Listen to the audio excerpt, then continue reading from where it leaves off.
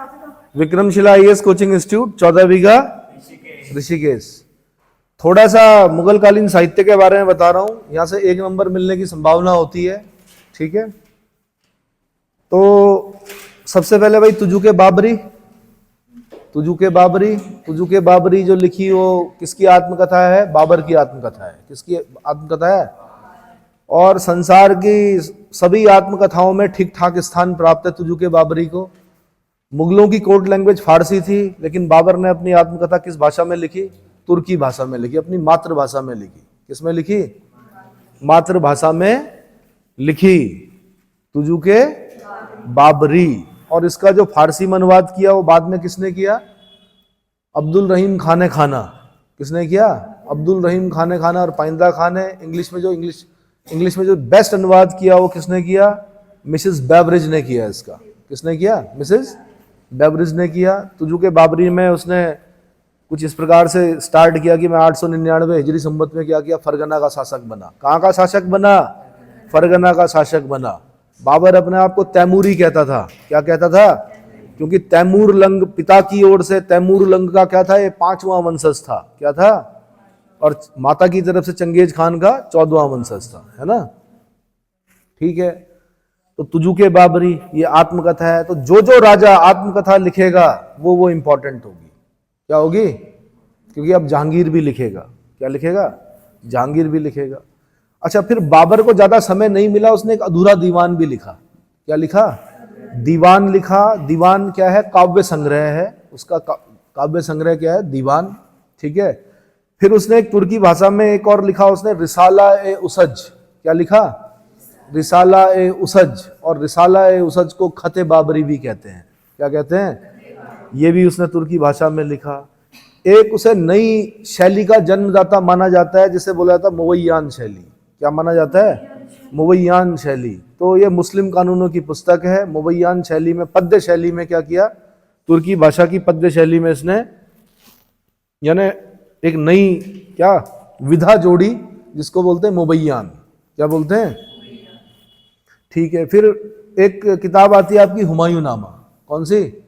ये गुलबदन बेगम ने लिखी। बाबर की बेटी और हुमायूं की बहन गुलबदन बेगम ने लिखी।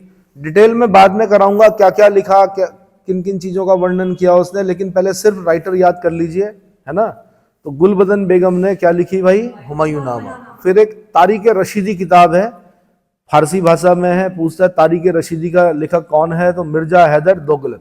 कौन है? मिर्जा हैदर दोगलत। ये बाबर का मौसेरा भाई था, मौसी का बेटा था मिर्जा हैदर दोगलत। ठीक है, तो इसने लिखी तारीख रशीदी। एक किताब आती है तज़किरातुल वाक़ियात, ये भी फारसी भाषा में है। ठीक है, जौहर आफ्ताबची ने लिखी। किसने लिखी? जौहर आफ्ताबची ने। तारीख रशीदी लिखी मिर्जा हैदर दोगलत ने। तज़किरातुल वाक़ियात लिखी किसने? तज़किरातुल वाक़ियात जौहर आफ्ताबची। ठीक है, ये हुमायूं के समय का व्यक्ति है, हुमायूं का नौकर है। और उसने क्या लिखी? तज़किरातुल वाक़ियात। फिर एक किताब है वाक़ियात मुस्ताकी, ये भी फारसी भाषा में है। ये रिजगुल्ला मुस्ताकी ने लिखी। किसने लिखी? रिजगुल्ला मुस्ताकी। जब इंपॉर्टेंट आएगा मैं वहां पे बता दूंगा, क्योंकि अगली किताब बहुत बहुत बहुत इंपॉर्टेंट है, तोहफा-ए अकबर शाही। तोहफा-ए अकबर शाही, इसका अन्य नाम है तारीख शेर शाही। अन्य नाम क्या है? तारीख शेर शाही। ये भी फारसी भाषा में है। अब्बास खां शेरवानी ने लिखी। किसने लिखी? अब्बास खां शेरवानी या अब्बास खां सरवानी ने क्या लिखी? तोहफा-ए अकबर शाही से पता नहीं चलता है कि शेर शाह सूरी का इतिहास है। आपको लगेगा कि तोहफा-ए अकबर शाही शायद अकबर के बारे में लिखा हो। नहीं भाई, तोहफा-ए अकबर शाही में शेर शाह सूरी के बारे में लिखा हुआ है, और इसको तारीख शेर शाही के नाम से भी जानते हैं। किसने लिखी? अब्बास खां सरवानी ने लिखी। इतना समझ में आ गया। फिर एक किताब आती नफाइसुल मासिर। नफाइसुल मासिर ये लिखी मीर अल्लाउद्दौला कजवीनी ने। किसने लिखी? ये सब फारसी भाषा में है, बार बार नहीं बोलूंगा मैं, फारसी भाषा चल रही है। तो मीर अल्लाउद्दौला कजवीनी, मीर अल्लाउद्दौला कजवीनी क्या लिखी उसने? नफाइसुल मासिर। फिर लिखी तारीख अल्फी। तारीख अल्फी लिखी मुल्ला दाऊद ने। किसने लिखी? मुल्ला दाऊद ने लिखी। फिर अकबरनामा, आईने अकबरी। आईने अकबरी तीसरी जिल्द अकबरनामा की, दोनों किसने लिखी? अबुल फजल ने। ये बहुत इंपॉर्टेंट है, ठीक है। तो जिसमें मैं इंपॉर्टेंट बोल रहा हूं कृपया उसको क्या करें, हाईलाइटर चलाएं उस पर। बुक आप सभी लोगों के पास है ना? तो कौन सी? अबुल फजल ने क्या लिखी? अकबरनामा और आईने अकबरी। फिर है एक किताब तबकाते अकबरी। तबकाते अकबरी ये लिखी निजामुद्दीन अहमद ने। किसने लिखी? निजामुद्दीन अहमद ने, तबकाते अकबरी। फिर बहुत इंपॉर्टेंट मुंतखब उत तारीख। मुंतखब उत तारीख ये यूपीएससी से लेके, उत्तर प्रदेश पीसीएस से लेके, उत्तराखंड पीसीएस से लेके और कई जगहों पर क्वेश्चन पूछा गया है। मुंतखब उत तारीख, मुंतखब उत तारीख अब्दुल कादिर बदायूनी। ये बदायूनी वही व्यक्ति है जो अकबर की सुलह कुल नीति का विरोध करता है और सुलह कुल के साथ साथ प्रत्येक नीति का विरोध करता है। उत्तराखंड वालों ने पूछा है ये लोक सेवा आयोग ने कि अकबर की सुलह कुल नीति और प्रत्येक नीति का विरोध करने वाला राइटर कौन है, इतिहासकार कौन है? आंसर अब्दुल कादिर बदायूनी। ये बदायूनी वही है जो मोहम्मद बिन तुगलक की मृत्यु पर लिखता है कि सुल्तान को उसकी प्रजा से और प्रजा को उसके सुल्तान से मुक्ति मिल गई। वही बदायूनी है। बाद में लिख रहा है लेकिन पहले के बारे में लिख रहा है। उसने थोड़ा बहुत तुगलक की मृत्यु के बारे में मतलब एक सेइंग कही है कि सुल्तान को उसकी प्रजा से और प्रजा को उसके सुल्तान से क्या मिल गई? मुक्ति मिल गई, ठीक है। फिर भाई तुजू के जहांगीरी, ये जहांगीर की आत्मकथा है। किसकी? जहांगीर की आत्मकथा है। तो जहांगीर की आत्मकथा कुछ साल तक जहांगीर ने लिखी। अब आपने मुझे बताना कितने साल तक? शायद 16 साल तक जहांगीर ने लिखा। उसके बाद उसको मोतमिद खान ने और उसके बाद मोहम्मद हादी ने। तुजू के जहांगीरी किसने लिखी? जहांगीर ने लिखी, मोतमिद खान ने लिखी और मोहम्मद हादी ने लिखी। इतना समझ में आ गया? तो अब आत्मकथाएं किस किस की याद करनी है हमें? एक तो बाबर की, एक हमें करनी है किसकी? अरे हुमायूं ने खुद नहीं लिखी, आत्मकथा नहीं बोलते हैं उसको, वो उसकी बहन ने लिखी है ना। दो चीजें होती हैं, एक होती है ऑटोबायोग्राफी, एक होती बायोग्राफी। ऑटोबायोग्राफी खुद लिखी जाती है, बायोग्राफी किसी दूसरे के द्वारा लिखी जाती है। अगर आपका जीवन चरित्र कोई दूसरा लिख रहा है तो बायोग्राफी होगी। अगर आप अपने जीवन के बारे में स्वयं लिख रहे हो तो उसको ऑटोबायोग्राफी बोलते हैं। जो ऑटोबायोग्राफी है वो आपकी एक तो ये है तुजू के बाबरी, इतिहास में जो जो याद करनी है आपने। एक मैंने कहा तुजू के जहांगीरी हो गई। एक फिरोज शाह तुगलक ने लिखी थी। बताओ फिरोज शाह तुगलक की आत्मकथा क्या थी? फुतुहात फिरोज शाही। क्या थी? फुतुहात फिरोज शाही। महात्मा गांधी की आत्मकथा याद करनी है, my experiment with the truth. My experiment with the truth. और महात्मा गांधी ने किस भाषा में लिखी वो बताओ? और उसका इंग्लिश में ट्रांसलेशन किसने किया? उत्तराखंड वालों ने पूछा। उत्तराखंड वालों ने पूछा कि my experiment with the truth का इंग्लिश में अनुवाद किसने किया? तो उनके सचिव थे शायद महादेव देसाई। कौन थे? महादेव देसाई। उन्होंने किया उसको इंग्लिश में ट्रांसलेशन। चेक कर लीजिए एक बार, महादेव देसाई है ना। ये बेचारे गांधी जी से पहले मर गए थे। हाँ जी, हाँ गुजराती भाषा, गुजराती थे तो गुजराती भाषा में लिखेंगे। इंग्लिश में ट्रांसलेट कौन कर रहा है? उनका सचिव कर रहा है। कौन सा? महादेव देसाई, ठीक है। और आत्मकथा किसने लिखी भाई? और बताइए किस किस की आत्मकथाएं हैं और इंपॉर्टेंट? इनको गांधी की जो आत्मकथा है उसको हिंदी में बोलते हैं सत्य के साथ मेरा अनुप्रयोग। ये बार बार पूछे जाते हैं। तो आत्मकथाओं वाली एक अलग लिस्ट बना दीजिए। क्या कीजिए? आत्मकथा वाली अलग लिस्ट बना दीजिए। एक आत्मकथा तो नहीं है लेकिन एक किताब बार बार पूछता है, आमुक्त माल्यदा। क्या पूछता है? आमुक्त माल्यदा। आमुक्त माल्यदा तेलुगु भाषा में कृष्णदेव राय ने लिखी। किसने लिखी? वैसे तो उसने जामवंती कल्याणम भी लिखी, उसने विसुवितीय भी लिखी है ना। हालांकि हम मुगलों में नहीं पढ़ रहे हैं, लेकिन क्योंकि बाबर ने अपनी किताब में लिखा है कृष्णदेव राय के बारे में, दो शक्तिशाली शासक राणा सांगा और कृष्णदेव राय। तो कृष्णदेव राय की आत्मकथा नहीं है लेकिन एक किताब है जिसका नाम है आमुक्त माल्यदा, जो कि उसने किस भाषा में लिखी? तेलुगु भाषा में। उत्तराखंड पीसीएस वालों ने पूछा है कि आमुक्त माल्यदा किस भाषा में लिखी? कृष्णदेव राय ने तेलुगु में।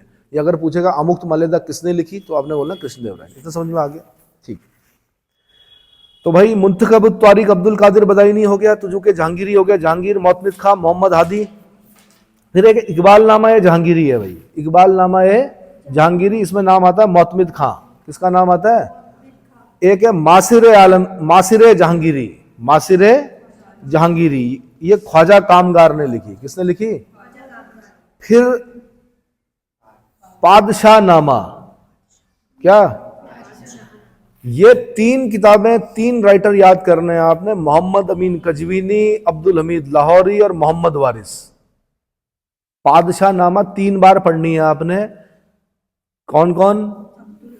अब्दुल हमीद लाहौरी, अब्दुल हमीद लाहौरी, मोहम्मद अमीन कजवीनी। पहले मोहम्मद अमीन कजवीनी का नाम याद करना, मोहम्मद अमीन कजवीनी, अब्दुल हमीद लाहौरी और मोहम्मद वारिस। ये 3 नाम याद करने पड़ेंगे। क्वेश्चन पूछता पादशाह नामा का लेखक निम्नलिखित में से कौन नहीं है, और ये भी शायद यूपीपीसीएस, शायद कभी आईएएस में जब सब्जेक्ट होता था वहां पे भी पूछा गया। ठीक है, तो इसलिए क्या करना आपने, इसको ढंग से याद करना है भाई। पादशाह नामा, बादशाह नामा भी बोल सकते हैं उसको। नहीं नहीं, पादशाह जो उपाधि थी वो बाबर ने ली थी। किसने ली थी? बाद में उसी को बादशाह कहा गया। क्या कहा गया?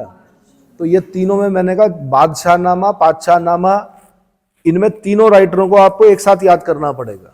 क्या करना पड़ेगा? मतलब जो मैंने प्रश्न देखा है वो पादशाह नामा में इन तीनों लोगों के नाम देखे हैं मैंने। निम्नलिखित में से कौन लेखक नहीं है, तो ये तीनों ऑप्शन थे उसमें, मोहम्मद अमीन कजवीनी, अब्दुल हमीद लाहौरी और मोहम्मद वारिस। इतना समझ में आ गया? फिर एक है अमल सालेह, कुछ खास नहीं, मोहम्मद सालेह ने लिखी। चहार चमन लिखी किसने? चंद्रभान ने लिखी। फिर शाहजहांनामा इंपॉर्टेंट होती है भाई। शाहजहांनामा किसने लिखी? इनायत खान ने लिखी। ये इंपॉर्टेंट होती है शाहजहांनामा। फिर इंपॉर्टेंट होती है आलमगीरनामा। आलमगीर कौन? औरंगजेब आलमगीर, जिंदा पीर, है ना। आलमगीरनामा किसने लिखी? काजिम सिराजी ने लिखी। ये भी इंपॉर्टेंट होती है, काजिम सिराजी, आलमगीरनामा। इतना समझ में आ गया? फिर एक वाकियात आलमगिरी, फारसी भाषा में किसने लिखी? आंसर आकिल खान ने लिखी। किसने लिखी? फुतू बोलते हैं उपहार को, फुतू किसको बोलते हैं? उपहार को। फुतुहात आलमगिरी, ये भी किसने लिखी? अब ये सबसे इंपॉर्टेंट है, ये आईएएस में भी देखी मैंने, ये उत्तर प्रदेश में भी देखी, शायद ये उत्तराखंड में भी जब सब्जेक्ट हुआ करता था 2010 से पहले, तो वहां पर मैंने क्या देखा, शुरू के जो पेपर होते थे सब्जेक्ट में इस तरह के क्वेश्चन बने हैं। ठीक है, जब मैं आपको बता रहा होता हूं कि ये मैंने देखा है, तो ये मान के चलें कि 1987 तक के मैंने जो पेपर देखे अपने समय में, अगर मैंने 1997 में मैं तैयारी में था, तो 87 तक के 10 ईयर जो क्या बोलते हैं उसको, अनसॉल्व बोलते थे हम लोग, अब तो सॉल्व आ रहे हैं, पहले अनसॉल्व आते थे, फिर खाली CAB ऐसा लिखा होता था, कोई एक्सप्लेनेशन नहीं होता था, खुद एक्सप्लेन देखना होता था। तो मैं 1987 से लेके अब तक के जितने पेपर हैं उनके बारे में बता रहा होता हूँ कि भाई मैंने वहां पर देखा। यूपीएससी का पैटर्न चेंज हुआ है, आज वो आर्ट एंड कल्चर से ज्यादा पूछता है, लेकिन अगर कभी ना कभी वो यहाँ पर आएगा और यहाँ से क्वेश्चन पूछेगा, है ना। पटकनियां देता है यूपीएससी, तब आप बोलते हो कि ये क्या हुआ, तो ये हुआ ये कि सब लोग क्या कर रहे हैं, एंशिएंट और मिडिएवल को क्या कर रहे हैं, बिल्कुल नकार रहे हैं, मॉडर्न पढ़ रहे हैं। बढ़िया जी, एक गुटखा लिया, वो कौन सा मॉडर्न का क्या बोलते हैं उसको, स्पेक्ट्रम का, वो पढ़ा जी, इससे काम हो गया। अरे भैया नहीं होता है, थोड़ा क्या करो, कर लो। एक नंबर भी, एक क्वेश्चन भी बड़ा इंपॉर्टेंट होता है यूपीएससी में, 50 नंबर लाने के लाले पड़ जाते हैं, 100 में से 50 करने होते हैं सही, 50, 51, 52 इतना ही जाएगा, कभी कभी तो 47 जाता है कि 47 क्वेश्चन बिल्कुल सही हैं, आप मेंस लिख सकते हो, है ना। तो मैं ये बोल रहा हूं कि भाई आलमगीर नामा किसने लिखी, वाक़यात आलमगिरी किसने लिखी, फुतुहात आलमगिरी किसने लिखी, तीनों बता दिया मैंने। तो फुतुहात आलमगिरी ईश्वर दास नागर का नाम जरूर याद रखना है, सबसे ज्यादा बार पूछा गया प्रश्न है। मैं इसलिए भी बोल रहा हूं कि औरंगजेब ने इतिहास लेखन पर क्या प्रतिबंध लगा दिया था, लेकिन फिर भी इसके समय बहुत सारी किताबें लिखी गई, इसलिए इंपॉर्टेंट होती हैं। मासिर आलमगिरी, जिसको कि जदुनाथ सरकार मुगल साम्राज्य का गजेटियर कहते हैं, उत्तराखंड वालों ने पूछा मुगल साम्राज्य का गजेटियर कहते हैं किसको, आंसर मासिर आलमगिरी। किसने लिखी भाई, साकी मुस्तैद खान ने लिखी। किसने लिखी, साकी मुस्तैद खान ने लिखी। ठीक है, मुंतखब उल लुबाब किसने लिखी, खाफी खान ने लिखी। मुंतखब उल लुबाब, ये सारे इंपॉर्टेंट है नीचे वाले जो मैं बता रहा हूं। मुंतखब उल लुबाब किसने लिखी, खाफी खान ने लिखी, याद हो जाएगा। इसमें समझाने वाली चीजें नहीं है, ये याद करने वाली चीजें हैं। आज पहले मैं याद करने वाली चीजें बता रहा हूं आपको, उसके बाद फिर आगे बढ़ेंगे, जहां पे हम थे उससे आगे बढ़ेंगे, ठीक है। तो मुंतखब उल लुबाब किसने लिखी? खाफी खान ने लिखी। फिर नुक्शा ए दिलकुशा, नुक्शा ए दिलकुशा, तो ये भीमसेन कायस्थ ने लिखी। किसने लिखी? भीमसेन कायस्थ भी आता है ऑप्शन में, भीमसेन सक्सेना भी आता है, भीमसेन बुरहानपुरी भी आता है। जो सक्सेना श्रीवास्तव जो होते हैं वो कायस्थ जाति में माने जाते हैं, ठीक है। चित्रगुप्त इनका देवता होता है। यमराज के यहाँ जो चित्रगुप्त जो लेखा जोखा करता है आपके कर्मों का, है ना, वो कौन है? चित्रगुप्त। तो जो कायस्थ लोग हैं उनके जो देवता माने जाते हैं वो कौन होते हैं? चित्रगुप्त। यमराज के क्या बोल सकते हैं? लेखा जोखा रखने वाले, है ना। जब कोई आत्मा जाती है तो क्या होता है? पूछते हैं, हाँ भाई क्या किया था? कि जी रोस्टेड खाया था, तो जाओ इन्हें रोस्ट कर दो, ऐसा बताते हैं। मैं ये नहीं बोल रहा हूँ कि कहाँ तक, है ना, याद करने के लिए बता रहा हूँ कि चित्रगुप्त क्या होते हैं। आपके जो लाल है लंगूर नहीं, बहादुर है बादल नहीं, शास्त्री है लेकिन पंडित नहीं, कौन? लाल बहादुर शास्त्री जी भी कायस्थ थे, ठीक है। आपके जो अमिताभ बच्चन हैं वो भी कायस्थ हैं, डॉक्टर राजेंद्र प्रसाद जो थे वो भी कायस्थ थे। और कायस्थ जाति का जो उदय हुआ है वो कहां से हुआ है बताओ? गुप्त काल में। गुप्त काल के बाद, गुप्त काल में कर्मचारी थे, ये हिसाब किताब करते थे। क्या करते थे? बाद में क्या हुआ कि ये किस में परिणित हो गए? जाति में परिणित हो गए। गुप्तों के बाद ये एक जाति के रूप में क्या हुए? परिणित हुए। यूपीएससी ने क्वेश्चन पूछा कि कायस्थ जाति का प्रथम उल्लेख किस पुस्तक में मिलता है? अब ढूंढो, कहां ढूंढोगे? जाति के रूप में कायस्थों का प्रथम उल्लेख कहां मिलता है? कायस्थ जाति का प्रथम उल्लेख कहां मिलता है? शायद ओसनस स्मृति करके है, कुछ है ऐसा करके आंसर इसका, उसको ढूंढिए। एंशिएंट में पढ़ेंगे ऐसे हम, गुप्त जब पढ़ रहे होंगे। गुप्तों में जाइए भाई, पलटिए किताब, गुप्त उत्तर गुप्त में जाइए, गुप्तों के बाद वहां पर कहीं मिलेगा आपको। ओसनस स्मृति करके शायद कोई ग्रंथ है, उसमें शायद इसका आंसर यही था। एक बार चेक कर लीजिए। नहीं भाई, नहीं नहीं नहीं, अरे क्या लिखा हुआ है? वर्ग के रूप में याज्ञवल्क्य के स्मृति, जाति के रूप में पूछ रहा हूं मैं। वही नीचे पे एक पॉइंट होगा, ओसनस स्मृति होगा वहां पर। ओसनस स्मृति, जाति के रूप में कायस्थों का प्रथम उल्लेख कहां पर मिलता है? ओसनस स्मृति में मिलता है। जबकि वर्ग के रूप में एक पहला उल्लेख कहां पर मिलता है कायस्थों का? आंसर उस याज्ञवल्क्य के स्मृति में मिलता है। इतना समझ में आ गया? ठीक है। तो भाई मासिर आलमगिरी मुगल साम्राज्य का गजेटियर किसने कहा? जदुनाथ सरकार ने कहा। साकी मुस्तैद खान ने लिखी। मुंतखब उल लुआब आपकी खाफी खान ने लिखी, है ना। नुस्खा दिलकुशा किसने लिखी? भीमसेन कायस्थ। सक्सेना बुरहानपुरी ने लिखी। खुलासत उत त्वारीख, बड़ी इंपॉर्टेंट, खुलासत उत त्वारीख किसने लिखी? सुरजन राय भंडारी। सूरज मत बोलो, सुरजन राय भंडारी, सुरजन राय भंडारी, ठीक है। और ये जो भंडारी जो कास्ट है ना, ये भी पहले कर्मचारी थे। भंडारागार जो होते हैं ना, उनकी देख रेख करने वाला जो कर्मचारी होता था उसको क्या कहते थे? भंडारागाराधिकृत। क्या बोलते थे? भंडारागाराधिकृत। बाद में धीरे धीरे क्या हो गया? वो भंडारी हो गए। क्या हो गए? राजा के भंडार को देख रेख करने वाले भंडारी। समझ में आ गया? चलो जी। मजमुल बहरैन, भाई मजमुल बहरैन किसने लिखी? दारा शिकोह ने लिखी। मजमुल बहरैन का मतलब होता है दो महासागरों का मिलन, और वो दो महासागर कौन है? हिंदू और इस्लाम।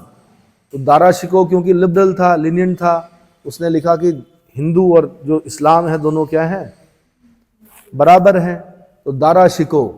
मजमुल बहरैन। रज्मनामा, भाई रज्मनामा जो है महाभारत का फारसी अनुवाद है। कभी कभी इतने में ही काम चल जाता कि महाभारत का फारसी अनुवाद क्या है। आंसर रज्मनामा किसने किया? बदायूनी ने किया, नकीब खान ने किया, अब्दुल कादिर ने। वैसे तो ऐसा होना चाहिए अब्दुल कादिर बदायूनी और नकीब खान, पर किताबों में शुरू से ही क्या लिखा हुआ आ रहा है? बदायूनी अलग आता है, अब्दुल कादिर अलग आता है, और नकीब खां अलग आता है। तो मुझे ऐसा लगता है कि अब्दुल कादिर बदायूनी और नकीब खां, अब्दुल कादिर बदायूनी और नकीब खां। एक किताब और है रामायण, मतलब जो हमारा धर्म ग्रंथ है रामायण, उसका फारसी अनुवाद किसने किया? वो भी अब्दुल कादिर बदायूनी ने किया। किसने किया? अथर्ववेद का फारसी अनुवाद किसने किया? हाजी इब्राहिम सरिंदी ने किया। हाजी इब्राहिम सरिंदी ने किया। ठीक है। भगवत पुराण का फारसी अनुवाद किसने किया? राजा टोडरमल ने किया। किसने किया? भगवत गीता का फारसी अनुवाद किसने किया? दारा शिकोह ने किया। योग वशिष्ठ का फारसी अनुवाद किसने किया? दारा शिकोह ने किया। 52 उपनिषदों का, जो ज्यादा बार पूछा गया प्रश्न है वो ये है कि 52 उपनिषदों का फारसी अनुवाद किसने किया?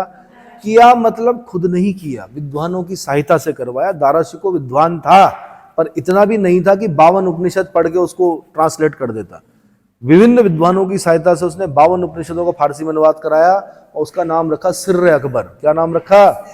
सिर्र अकबर, जिसका मतलब होता महान रहस्य। जिसका मतलब क्या होता है? तो दारा शिकोह। किसने? दारा शिकोह। ठीक है। कालिया दमन का भाई आयगर ए दानिश के नाम से, कालिया दमन का आयगर ए दानिश के नाम से अनुवाद किसने कराया? तो अबुल फजल ने कराया, है ना। किसने? अबुल फजल ने कराया। एक पंचतंत्र है, एक किताब विष्णु शर्मा जी ने लिखी है। किसने लिखी है? कुछ गड़बड़ हो रहा है शायद ना। आयगढ़ दानिश देखना जरा किसका अनुवाद है।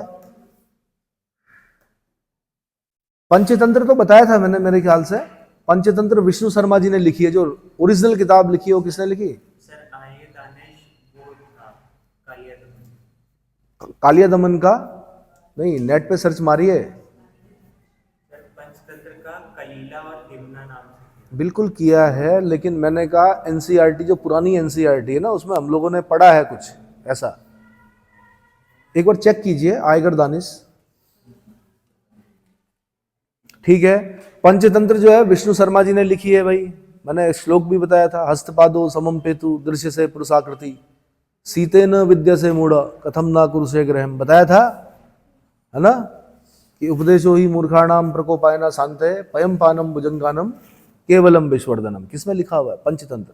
बिगड़े हुए राजकुमारों को एथिक्स की शिक्षा देने के लिए, शिक्षा देने के लिए एक किताब लिखी गई। जानवरों के माध्यम से, कहानियों के माध्यम से उनको क्या दी गई? शिक्षा दी गई। क्या दी गई? तो पंचतंत्र बड़ी अच्छी किताब है पंचतंत्र। तो कालिला और दिमना नाम से फारसी में अनुवाद किसने किया भाई? किसने किया फारसी में अनुवाद? एक बार इसको क्लियर कर दीजिए। ठीक है। फिर एक रास तरंगणी है भाई। कौन सी? रास तरंगणी, उसका भी फारसी में अनुवाद किया गया।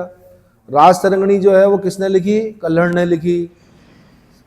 संस्कृत में लिखी हुई इतिहास की पहली पुस्तक कौन सी है? रास तरंगणी है। संस्कृत में लिखी हुई इतिहास की पहली पुस्तक कौन सी है? रास तरंगणी है ना। कश्मीर का इतिहास है। किसके समय लिखा कल्हड़ ने? राजा जयसिंह के समय लिखा। इसको पूरा किसने किया? जोन राजा और श्रीवर ने किया पूरा। इसको किसने किया? इसका भी फारसी में अनुवाद किया गया। क्या किया गया? इसका भी फारसी में अनुवाद किया गया। एक लीलावती है गणित की पुस्तक, उसका भी फारसी में अनुवाद किया गया। लीलावती का फैजी ने किया। फैजी कौन है? अबुल फजल का भाई है। किसका? एक वीडियो में मेरे मुंह से फैजी की जगह सरिंदी निकल गया था, वो मैंने करेक्ट कर दिया था। ठीक है। तो फैजी जो है अबुल फजल का भाई है, और इनके पिता कौन है? शेख मुबारक, है ना, जिसने महजर लिखा था। ठीक है, अकबर के लिए। अच्छा जी, एक बाबरनामा तो पता ही है आपको, अब्दुल रहीम खाने खाना और पाइंदा खां। ठीक है। नल दमयंती का भी फारसी अनुवाद किसने किया? फैजी ने किया। नल दमयंती का फारसी अनुवाद किसने किया? फैजी ने किया। रामायण का बांग्ला में अनुवाद किसने किया? कृतिवास ने किया। इसलिए बोलते हैं बांग्ला रामायण किसने लिखी? कृतिवास ने लिखी। और वो जो गौरांग प्रभु है ना, चैतन्य महाप्रभु, उनका जीवन चरित्र भी कृतिवास ने लिखा है। गौरांग प्रभु ऑब्लिक चैतन्य महाप्रभु का जीवन चरित्र भी किसने लिखा? कृतिवास ने लिखा है। देख लेना, चरितामृत बोलते हैं शायद उसको, एक बार चेक कर लेना। चरितामृत, गौरांग प्रभु या चैतन्य महाप्रभु का जीवन चरित्र कृतिवास ने लिखा है। अच्छा, बांग्ला रामायण कृतिवास ने लिखी, तमिल रामायण किसने लिखी? कंबन ने लिखी, महर्षि कंबन। तमिल रामायण किसने लिखी? महर्षि कंबन, वो एक अलग रामायण है, ठीक है। तो मेरे ख्याल से, अच्छा एक क्वेश्चन पूछता, फतवा आलमगीरी ये मुस्लिम कानून की पुस्तक है, यही एकमात्र ऐसी साहित्यिक रचना है जिसे औरंगजेब ने लिखने का स्वयं आदेश दिया था। किसको? फतवा आलमगीरी, क्योंकि कानून लिखने थे, कानूनों को संग्रहित करना था, इस्लामिक कानूनों को, इसलिए औरंगजेब की इच्छा से लिखी गई। कौन सी किताब? बाकी औरंगजेब के समय में जितने देख रहे हैं आप, चाहे ईश्वरदास नागर, मुस्तैद खां, काफी खां, भीमसेन कायस्थ, ये सब औरंगजेब की इच्छा से नहीं लिखे गए। औरंगजेब की इच्छा से लिखा गया क्या? फतवा आलमगीरी, मुस्लिम कानून की पुस्तक, ठीक है। पंचतंत्र का फारसी अनुवाद बता देता हूं भाई, अनवर सुहेली के नाम से किसने किया था? अबुल फजल ने किया था। पंचतंत्र का फारसी अनुवाद अबुल फजल ने किया, अनवार सुहेली के नाम से। किस नाम से? अनवार सुहेली के नाम से, ठीक है। एक दो पॉइंट और बता देता हूं।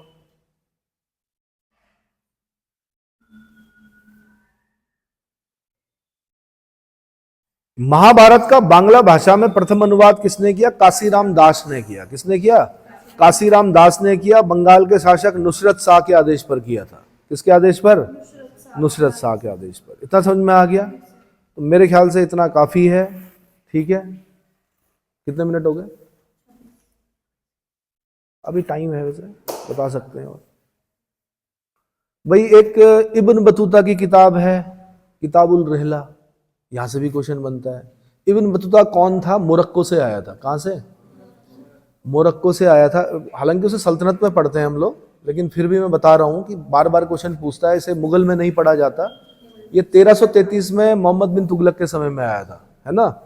तो किताबुल रहला से कई बार क्वेश्चन बनता है। सफरनामा होता है इसका मतलब। क्या मतलब होता है? सफरनामा। इसे मोहम्मद बिन तुगलक ने दिल्ली का काजी भी नियुक्त किया, अपना दूध बनाकर चीन भी भेजा, तो इसने किताबुल रहला लिखी। तो बड़ी इंपॉर्टेंट किताब है। कई बार पूछता कहाँ का था, तो मोरक्को का था। कब आया? 1333 में आया। किसके समय आया? मोहम्मद बिन तुगलक के समय आया। क्या लिखा? रहला। रहला मतलब सफरनामा। इतना समझ में आ गया? तो इब्न बतूता का जरूर याद करना भाई, ठीक है। अच्छा जी, तो मेरे ख्याल से इतना काफी है, ठीक है। बाकी मैं पूरा डिटेल में बताऊंगा आपको अगले वीडियो में, पहले इतना याद कीजिए, ठीक है भाई। बंद कर दो।